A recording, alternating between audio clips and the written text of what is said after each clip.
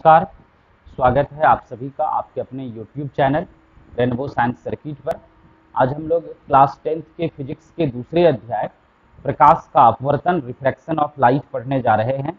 और पिछले क्लास में आप सभी को पता है जो हमारा 2 क्लास था काफ़ी लंबा हुआ था और उस दोनों क्लास में हम लोग लेंस सूत्र के बारे में पढ़े थे। जो लेंस फार्मूला है इस चैप्टर का बेहद महत्वपूर्ण टॉपिक था, उसको पढ़ाया गया था और उम्मीद है कि आप सभी ने उसको घर में कंप्लीट भी कर लिया होगा, रिवीजन भी कर लिया होगा। और ये लेंस फार्मूला थोड़ा सा मैथमेटिकल टर्म था, मैथमेटिकल टॉपिक था, इसलिए वहाँ कैलकुलेशन की भी ज़रूरत होती है। तो आप सभी से ये रिक्वेस्ट होगा कि आप बार बार उसका अवलोकन करते रहेंगे, रिवीजन करते रहेंगे और जब कभी मौका मिले 2 दिन 4 दिन 5 दिन पर आपको करना क्या है कि रफ कॉपी में उसको लिख देना है, डायग्राम बनाना है और पूरे फार्मूला को लिख देना है। इस तरह से अगर आप 2-4 बार चित्र देख देख के, डायग्राम देख देख करके फार्मूला लिखेंगे तो निश्चित रूप से वो सदा के लिए आपके स्मरण में रहेगा। तो आइए उसी फार्मूला को आगे बढ़ाते हैं। उस लेंस सूत्र का एक और पार्ट है बचा हुआ जिसको आज के क्लास में हम लोग पढ़ेंगे। और आज का टॉपिक आपको दिख पा रहा होगा, आवर्धन है, मैग्निफिकेशन है। पहले हम आवर्धन शब्द से परिचय लेते हैं, फिर इसके बारे में जानेंगे, इसकी परिभाषा क्या होती है, इसका व्यंजक क्या होता है और क्या आवश्यकता है आवर्धन का, आवर्धन शब्द का अर्थ क्या है। तो सबसे पहले आइए इस शब्द के अर्थ को समझिए। जैसे लेंस सूत्र आप पढ़ रहे थे तो लेंस सूत्र के बारे में कहा गया था कि लेंस के सामने जो वस्तु रखी जाती है, तो जितनी वस्तु जितनी दूरी पर रहती है, हम लोग जानते हैं कि लेंस का जो मूल बिंदु है, ऑरिजिन है, उस प्रकाशीय केंद्र होता है। तो प्रकाशीय केंद्र से जितनी दूरी पर कोई वस्तु रखी जाती है उसको हम लोग वस्तु की दूरी कहते हैं और वस्तु की दूरी को u से सूचित किया गया था, स्मॉल u से। फिर जब लेंस के सामने आप किसी वस्तु को रखेंगे तो उस वस्तु का कहीं ना कहीं प्रतिबिंब प्राप्त होगा। तो लेंस से जितनी दूरी पर वस्तु का प्रतिबिंब बनता था उसको हम लोग प्रतिबिंब की दूरी कहते हैं और प्रतिबिंब की दूरी को v से सूचित किया गया था। और फिर लेंस की फोकस दूरी थी, वो परिभाषा तो आपको याद भी होगा कि लेंस के प्रकाशीय केंद्र से फोकस के बीच की दूरी को फोकस दूरी या फोकसांतर या नाभ्यांतर कहते हैं। इस तरह से लेंस में वस्तु की दूरी u, लेंस में प्रतिबिंब की दूरी v और लेंस के फोकस दूरी f के बीच के संबंध को जिस सूत्र के द्वारा व्यक्त किया जाता है, जिस सूत्र के द्वारा दर्शाया जाता है, उसी सूत्र को लेंस सूत्र कहा जाता है। तो लेंस सूत्र के बारे में एक नॉर्मल कॉन्सेप्ट जो हम लोगों के दिमाग में है वो आ गया और आपने लेंस सूत्र प्राप्त भी किया था, 1/v minus 1/u equal to 1/f, यही लेंस सूत्र है। अब उस लेंस सूत्र के आधार पर हम लोग एक नए टॉपिक को आज पढ़ेंगे जिसका नाम है आवर्धन। अब प्रश्न उठता है कि ये आवर्धन है क्या। तो दरअसल आवर्धन शब्द का अर्थ होता है कि प्रतिबिंब की जो ऊंचाई है, प्रतिबिंब की जो हाइट है, वह वस्तु के तुलना में कितना गुना अधिक है या कितना गुना कम है। मतलब कुल मिलाकर के ये बातें कह सकते हैं कि वस्तु के तुलना में प्रतिबिंब का साइज का पता कैसे करेंगे हम लोग। तो वस्तु के तुलना में जो प्रतिबिंब का साइज होता है, इसको हम लोग जिस पद के द्वारा व्यक्त करते हैं उसी को आवर्धन कहते हैं। जैसे मैं एक चीज आपको उदाहरण के द्वारा समझा सकता हूं कि मान लेते हैं कि उत्तल लेंस है और आप जानते हैं कि उत्तल लेंस में छोटा प्रतिबिंब भी बनता है, उत्तल लेंस में बराबर प्रतिबिंब भी बनता है और उत्तल लेंस में बड़ा प्रतिबिंब भी बनता है। तो अगर हम लोग इस बात को ऐसे कहें कि उत्तल लेंस के सामने एक वस्तु रखी जाती है और उस वस्तु का जो प्रतिबिंब होता है वह वस्तु से 2 गुना बड़ा है। वस्तु से 2 गुना बड़ा होने का मतलब यह है, अगर वस्तु की ऊंचाई 5 सेंटीमीटर है तो प्रतिबिंब की ऊंचाई 10 सेंटीमीटर है। तो प्रतिबिंब की ऊंचाई, वस्तु की ऊंचाई 5 सेंटीमीटर और प्रतिबिंब की ऊंचाई 10 सेंटीमीटर। इसका मतलब वस्तु से 2 गुना बड़ा हो गया प्रतिबिंब। कभी कभी छोटा भी होता है, बराबर भी होता है। तो यहाँ क्या होगा कि वस्तु से प्रतिबिंब 2 गुना बड़ा है, ये जो 2 गुना आता है यही 2 गुना आवर्धन है। आखिर इस 2 को हम लोग गणितीय रूप में कैसे प्राप्त करेंगे। तो प्रतिबिंब की ऊंचाई अभी हम लोग बात कर रहे थे कि मान लेते हैं प्रतिबिंब की ऊंचाई है 10 सेंटीमीटर और वस्तु की ऊंचाई है 5 सेंटीमीटर। सेंटीमीटर सेंटीमीटर कैंसिल, 5 से 10 में भागा दीजिएगा 2, यह जो 2 आता है आपके पास यही 2 आवर्धन हो गया। तो अगर इस बात को हम ऐसे कहें कि उत्तल लेंस के सामने किसी वस्तु को रखी गई है दर्पण में भी आवर्धन होता है, लेंस में भी आवर्धन होता है। तो अगर चूंकि अभी हम लोग लेंस पढ़ रहे हैं इसलिए यहाँ लेंस पर चर्चा कर रहे हैं। अगर इस बात को ऐसे कहा जाए कि उत्तल लेंस के सामने किसी वस्तु को रखी गई है और उस वस्तु द्वारा जो प्रतिबिंब बनता है उसका आवर्धन 2 है, आवर्धन 2 है, इसका मतलब आपको यह समझ लेना है कि वस्तु की जितनी ऊंचाई है उससे प्रतिबिंब की ऊंचाई 2 गुनी अधिक है। तो आवर्धन 2 होने का यही मतलब है। अगर कहता है कि उत्तल लेंस के सामने एक वस्तु रखी जाती है, अब कितनी ऊंचाई की वस्तु रखी जाती है ये हम लोगों को पता नहीं है, लेकिन इतना कहा गया है कि उत्तल लेंस के सामने एक वस्तु रखी जाती है और उस वस्तु का जो प्रतिबिंब बनता है उस प्रतिबिंब का आवर्धन 5 है। तो इससे क्या समझते हैं आप? इससे यह निष्कर्ष निकलता है, इससे यह स्पष्ट होता है कि वस्तु जितनी लंबाई का लिया गया था उत्तल लेंस के सामने उसका जो प्रतिबिंब है वस्तु के लंबाई से 5 गुना अधिक है। अगर वस्तु लिए थे 2 सेंटीमीटर का तो सोचिए प्रतिबिंब कितना होगा, 2 गुना 5 10, तो 10 सेंटीमीटर ऊंचा प्रतिबिंब प्राप्त हो गया। तो आवर्धन का मतलब, अब सोचिए ऐसा भी कह सकता है कि उत्तल लेंस के सामने एक वस्तु रखी गई है और बनने वाले जो प्रतिबिंब है, क्योंकि वस्तु को आप रखेंगे तो प्रतिबिंब तो बनना ही बनना है, तो जो प्रतिबिंब बनता है उस प्रतिबिंब का आवर्धन कितना है, 1 है। अब सोचिए जब आवर्धन 1 है तो इसका मतलब जितना बड़ा वस्तु है उतना बड़ा प्रतिबिंब है। याद कीजिए उत्तल लेंस में जो तीसरा कंडीशन हुआ था, जब वस्तु को आप रखे थे कहाँ, वक्रता केंद्र पर, तो प्रतिबिंब दूसरी ओर वक्रता केंद्र पर बना था, वास्तविक था, उल्टा था, वस्तु के बराबर था। तो अगर आवर्धन कहता है 1 है, इसका मतलब जितना साइज है वस्तु का उतना बड़ा ही साइज है प्रतिबिंब का। तो आवर्धन से हम लोगों को मोटा मोटी यही पता चलता है कि वस्तु के तुलना में प्रतिबिंब का साइज क्या है, प्रतिबिंब का आकार क्या है। एक और उदाहरण के द्वारा इसको समझ सकते हैं। उत्तल लेंस में तो छोटा भी प्रतिबिंब बना था, अवतल में तो छोटा बनता ही है हमेशा। अब सोचिए अगर ऐसा कहा जाए कि अवतल लेंस के सामने किसी वस्तु को रखी गई है और बनने वाले प्रतिबिंब का आवर्धन 1/2 है। 1/2 मतलब आधा, और इस 1/2 को आप 0.5 भी कहते हैं दशमलव में। तो सोचिए अगर कह दे कि आवर्धन 0.5 है या 1/2 है, तो 1/2 को ही हम लोग बोलचाल की भाषा में आधा कहते हैं। इसका क्या अर्थ होता है? तो इसका अर्थ यह होगा कि जितनी लंबाई वस्तु की होगी, अवतल लेंस के सामने जो वस्तु हम लोग रखेंगे तो उस वस्तु की कुछ ना कुछ तो लंबाई या ऊंचाई होगी। मान लेते हैं कि 5 सेंटीमीटर ऊंची एक वस्तु रख देते हैं, ये पेन रख देते हैं, मार्कर पेन रख देते हैं लेंस के सामने, इसका जो प्रतिबिंब बना उस प्रतिबिंब का आवर्धन है 0.5, और 0.5 का मतलब होता है आधा। तो इसका मतलब प्रतिबिंब की ऊंचाई कितनी होगी? अगर वस्तु की ऊंचाई 5 सेंटीमीटर है तो प्रतिबिंब इसका आधा है, तो 5 का आधा 2.5 सेंटीमीटर, 2.5 सेंटीमीटर। तो आवर्धन अगर 0.5 है, इसका मतलब हो गया कि जितनी लंबाई की वस्तु है प्रतिबिंब की लंबाई उसकी आधी होगी। अगर आवर्धन का मतलब 1 है तो जितनी लंबाई की वस्तु है प्रतिबिंब भी उतना ही लंबा होगा। आवर्धन का मान अगर 2 है, इसका मतलब जितनी लंबाई की वस्तु है प्रतिबिंब उसका 2 गुना लंबा होगा। आवर्धन का मान अगर 7 है तो जितनी लंबाई की वस्तु है प्रतिबिंब की लंबाई 7 गुना अधिक होगी। अगर मान लेते हैं कि वस्तु की लंबाई 3 सेंटीमीटर है और आवर्धन का मान 7 हो गया, तो प्रतिबिंब सोच लीजिए 3 7 21, तो प्रतिबिंब जो है 21 सेंटीमीटर ऊंचा होगा। इस प्रकार से हम लोग आवर्धन के बारे में यह बात कर सकते हैं कि आवर्धन से हम लोगों को यह पता चलता है कि वस्तु की का जो साइज है, आकार है, और प्रतिबिंब का जो साइज आकार है, उस दोनों में क्या रिलेशन है, क्या संबंध है, इसको बताने के लिए हम लोग आवर्धन का प्रयोग करते हैं।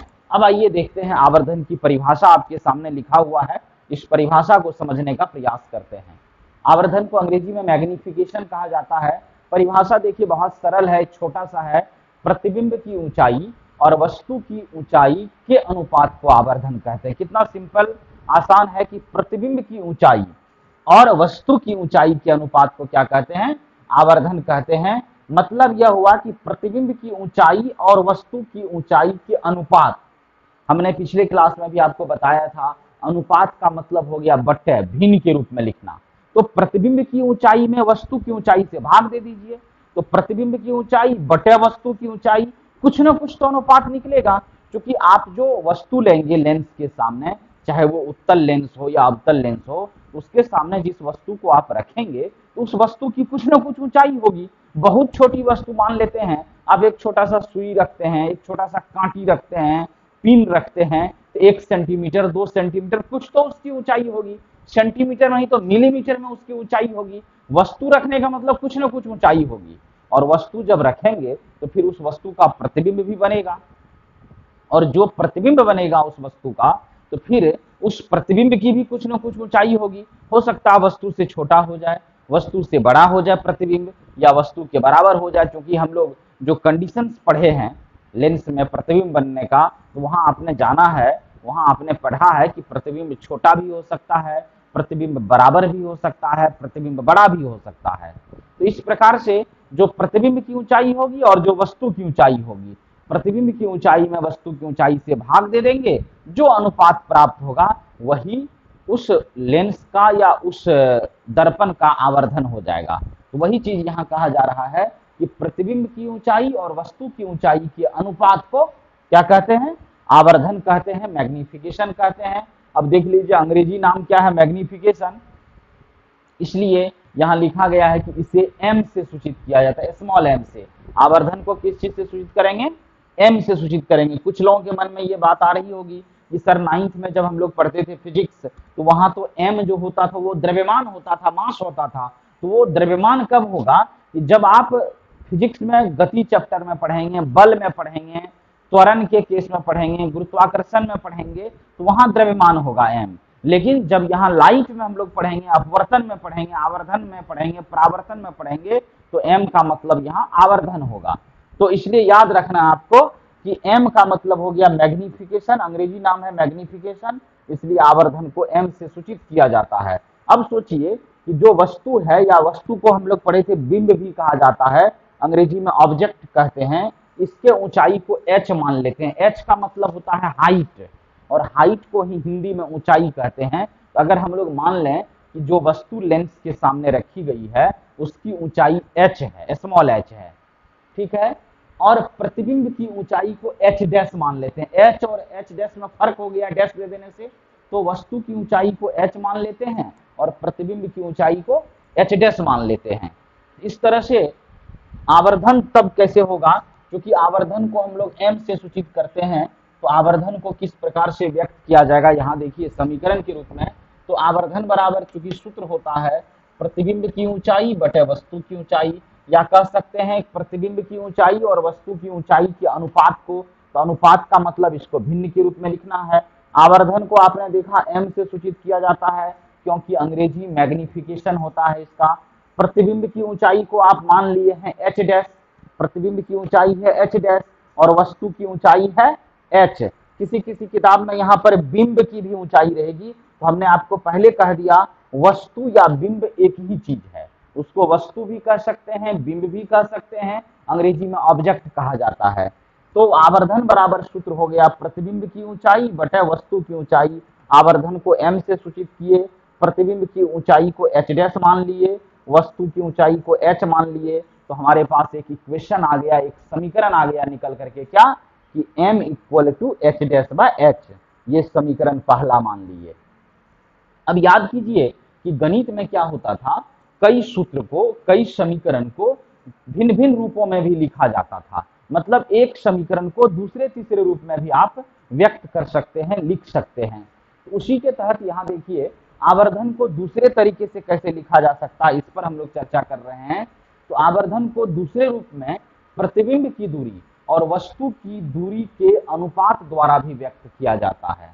मतलब प्रतिबिंब की दूरी, याद कीजिए जो लेंस सूत्र आप पढ़ रहे थे उसमें प्रतिबिंब की दूरी को v कहे थे और वस्तु की दूरी को u कहे थे और लेंस के फोकस दूरी को f कहे थे। अभी आज के क्लास में शुरुआत में भी इस पर हमने चर्चा किया कि जो लेंस सूत्र होता है 1/v minus 1/u equal to 1/f, तो दरअसल उस लेंस सूत्र में क्या होता है, प्रतिबिंब की दूरी v रहती है, वस्तु की दूरी u रहती है और फोकस दूरी f रहता है।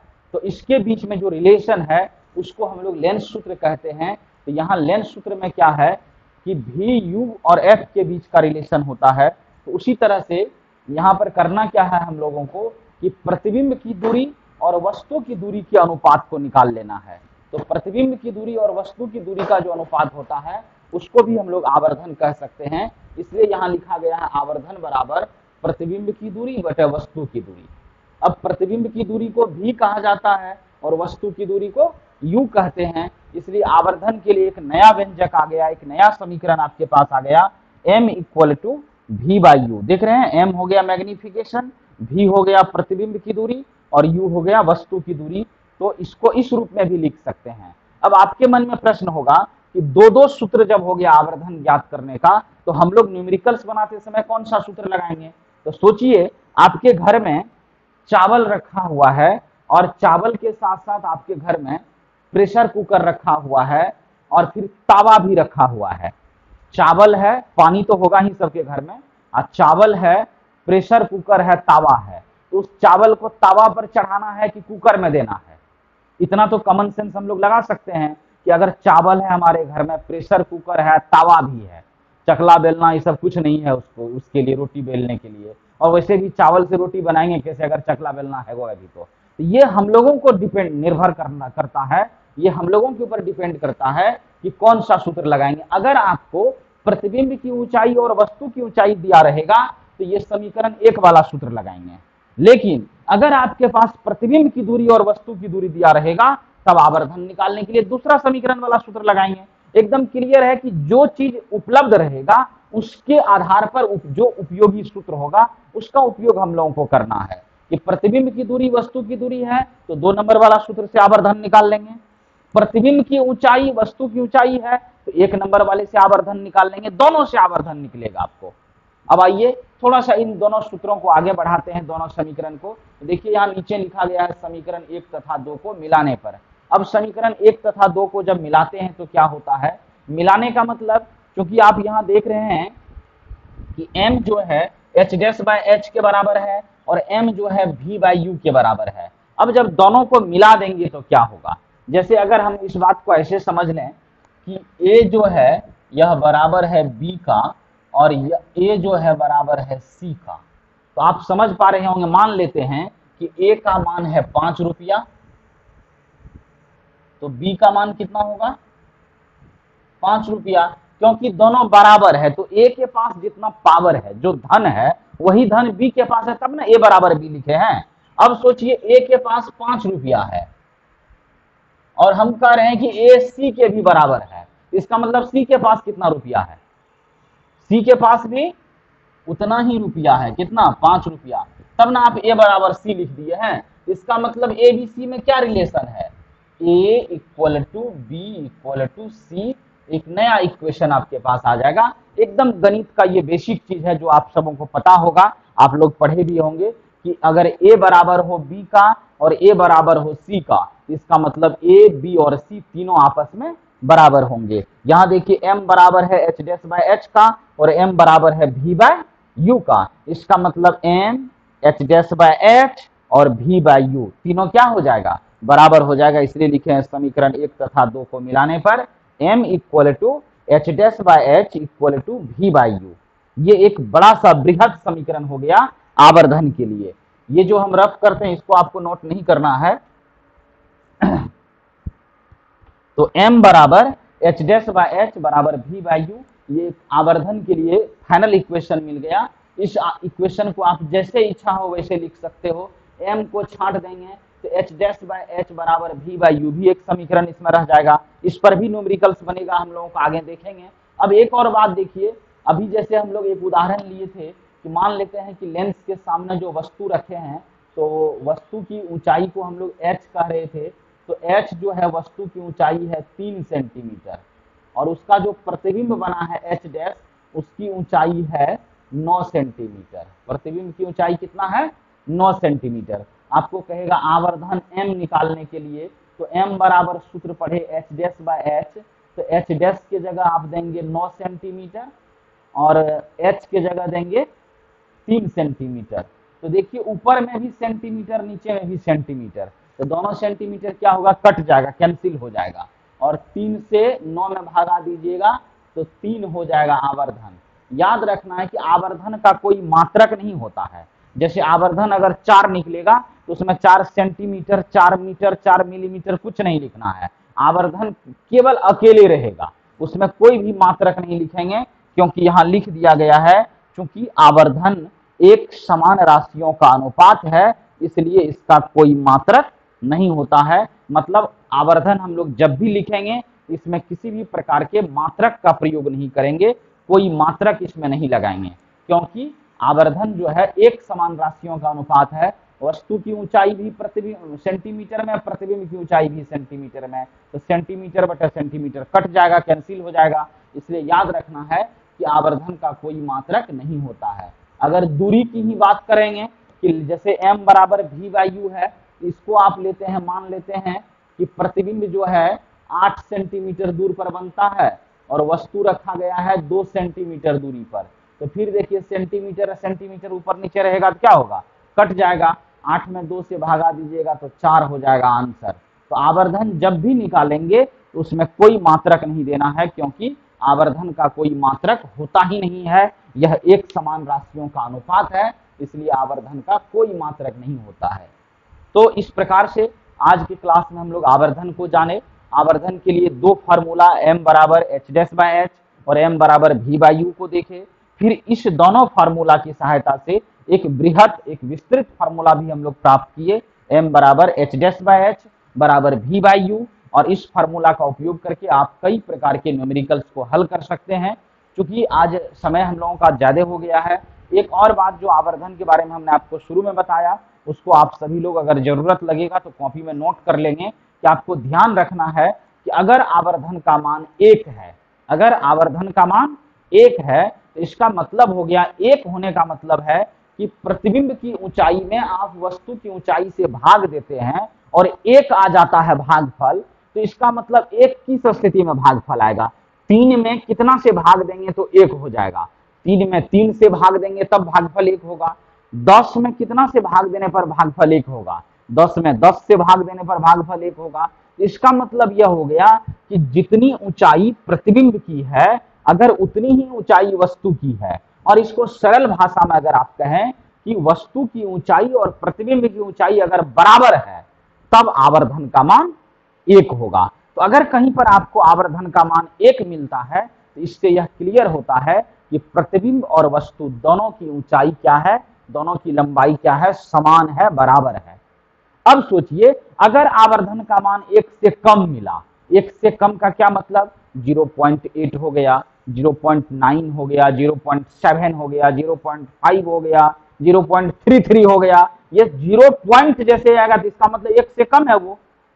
तो अगर आवर्धन का मान 1 से कम है तो 1 से कम कब होगा आवर्धन का मान, कि ऊपर में छोटी राशि रहेगा, नीचे में बड़ी राशि। जैसे सोचिए कि 4/3 हो जाता है m बराबर, मतलब 4/3, ये तो बड़ी हो गया ऊपर में छोटी राशि, प्रतिबिंब 3 सेंटीमीटर ऊंचा और वस्तु 4 सेंटीमीटर ऊंचा। वस्तु था 4 सेंटीमीटर और उसका प्रतिबिंब बन गया 3 सेंटीमीटर, तो वस्तु से प्रतिबिंब छोटा बना, इसलिए प्रतिबिंब की ऊंचाई 3 वस्तु की ऊंचाई 4। अब 3 में 4 से भागा दीजिए, 4 × 28, 2 पर 0 आएगा, 4 × 5 = 20।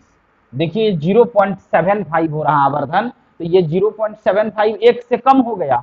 तो 1 से जैसे कम होगा आवर्धन तो आपको समझ लेना है कि प्रतिबिंब की जो ऊंचाई है वह वस्तु से कम है या प्रतिबिंब वस्तु से छोटा है। अब दूसरी बात, 1 से अधिक होता है, अगर 2 होता है आवर्धन तो हम लोग 1 से अधिक क्या होगा, 2 होगा, तो 2 होगा आवर्धन, तो हम लोग यही समझेंगे कि प्रतिबिंब की ऊंचाई जो है वह वस्तु की ऊंचाई से 2 गुना अधिक है। अगर आवर्धन का मान 4 होता है तो वस्तु से प्रतिबिंब 4 गुना बड़ा है, आवर्धन का मान 5 होता है तो वस्तु से प्रतिबिंब 5 गुना बड़ा है। इस तरह से एक बात जो फाइनल हम लोगों के पास क्लियर हो गया कि आवर्धन 1 है, इसका मतलब जितना बड़ा वस्तु उतना बड़ा प्रतिबिंब। आवर्धन 1 से कम है, इसका मतलब वस्तु से छोटा है प्रतिबिंब, और आवर्धन 1 से अधिक है, इसका मतलब वस्तु से बड़ा है प्रतिबिंब। इस तरह से आवर्धन को हम लोग जान करके, आवर्धन को निकाल करके प्रतिबिंब के साइज के बारे में क्लियर अनुमान कर सकते हैं कि प्रतिबिंब का साइज वस्तु के बराबर है, वस्तु से छोटा है या वस्तु से बड़ा है, ये सारी बातें क्लियर हो सकती है। इस प्रकार से आपको आवर्धन को बढ़िया से समझना है, जानना है, और इसके आधार पर आपका जो टेक्स्ट बुक है, जो किताब है, वहाँ कुछ न्यूमेरिकल्स दिया गया है, उस न्यूमेरिकल्स को भी आप बनाने का प्रयास कीजिएगा। अभी इस चैप्टर में और भी कुछ चीज बात करना है, लेंस की क्षमता पर भी आएंगे, लेकिन जो लेंस सूत्र अभी हम लोग पढ़े हैं और जो आवर्धन के लिए आज आपने व्यंजक देखा, इसके आधार पर पहले विस्तार से कुछ न्यूमेरिकल्स को हम लोग बनाएंगे। हो सकता है 2-4 क्लास हमारा अभी चले न्यूमेरिकल्स पर, तो जब न्यूमेरिकल्स हम लोगों का कंप्लीट हो जाएगा तब उसके बाद फिर आगे चर्चा करेंगे और दूसरे टॉपिक पर आएंगे।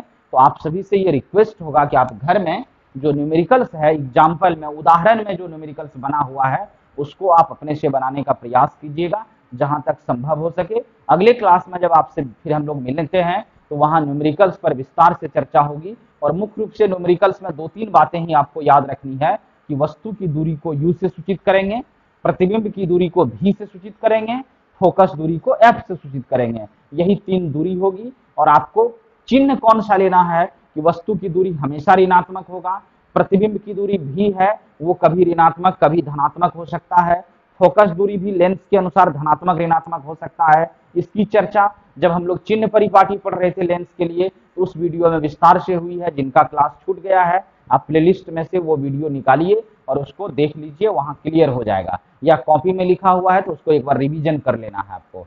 और इन सभी बातों को ध्यान में रखते हुए अगर आप न्यूमेरिकल्स बनाते हैं तो उम्मीद है कि आपको आसानी से सभी न्यूमेरिकल्स बन जाएगा। और जो दिक्कत होगा तो कल हम फिर मिल रहे हैं आपसे न्यूमेरिकल्स लेकर के, इसलिए आप सभी लोग ध्यान से वीडियो को देखिएगा। जो लोग अभी तक लेंस सूत्र को कंप्लीट नहीं कर पाए हैं उनसे भी निवेदन है कि पहले आप लेंस सूत्र को 1-2 बार रिवीजन करते रहें, ताकि लेंस सूत्र क्लियर होगा तभी आप सवाल को समझ पाएंगे। बस इसी के साथ आज आपसे विदा लेंगे, और आपसे एक रिक्वेस्ट होगा कि अगर आपको वीडियो पसंद आई होगी तो लाइक करेंगे वीडियो को, और अपने दोस्तों के बीच भी बताएंगे। अभी तक बहुत लोगों में एक समस्या है कि वीडियो को थोड़ा देर देख करके बंद कर देते हैं, उनको पता नहीं क्या समस्या है। कुछ लोग कहते हैं समझते नहीं हैं, और समझने के लिए आप कम से कम आपको पूरा वीडियो तो एक बार देखना चाहिए, ट्राई करना चाहिए। आप बिना ट्राई किए ही हिम्मत हार देते हैं। इसलिए आपसे निवेदन है कि आप खुद पहले वीडियो को पूरा देखें, इस पार से उस पार तक। एक बार नहीं, मैं समझ में नहीं आई तो 2 बार देखिए, उसको कॉपी में नोट कीजिए, जो गणना किया गया है उसको कैलकुलेशन को खुद से कीजिए, तो निश्चित रूप से धीरे धीरे समझ में आने लगेगा। तो आप सभी लोगों से निवेदन है कि जो लोग अभी तक वीडियो को देख रहे हैं, सीरियसली देखिए सभी आदमी, और अपने दोस्तों को भी बताइए चैनल के बारे में। और जो लोग चैनल पर नए हैं, अभी तक सब्सक्राइब नहीं किए हैं, उनसे मेरा निवेदन है कि आप चैनल को सब्सक्राइब भी करें। तो इसी के साथ आपसे विदा लेते हैं, कल फिर मिलेंगे नया वीडियो लेकर के जो न्यूमेरिकल्स पर आधारित होगा। निश्चित रूप से आप सभी लोग ध्यान से देखेंगे। तब तक के लिए धन्यवाद। जय हिंद।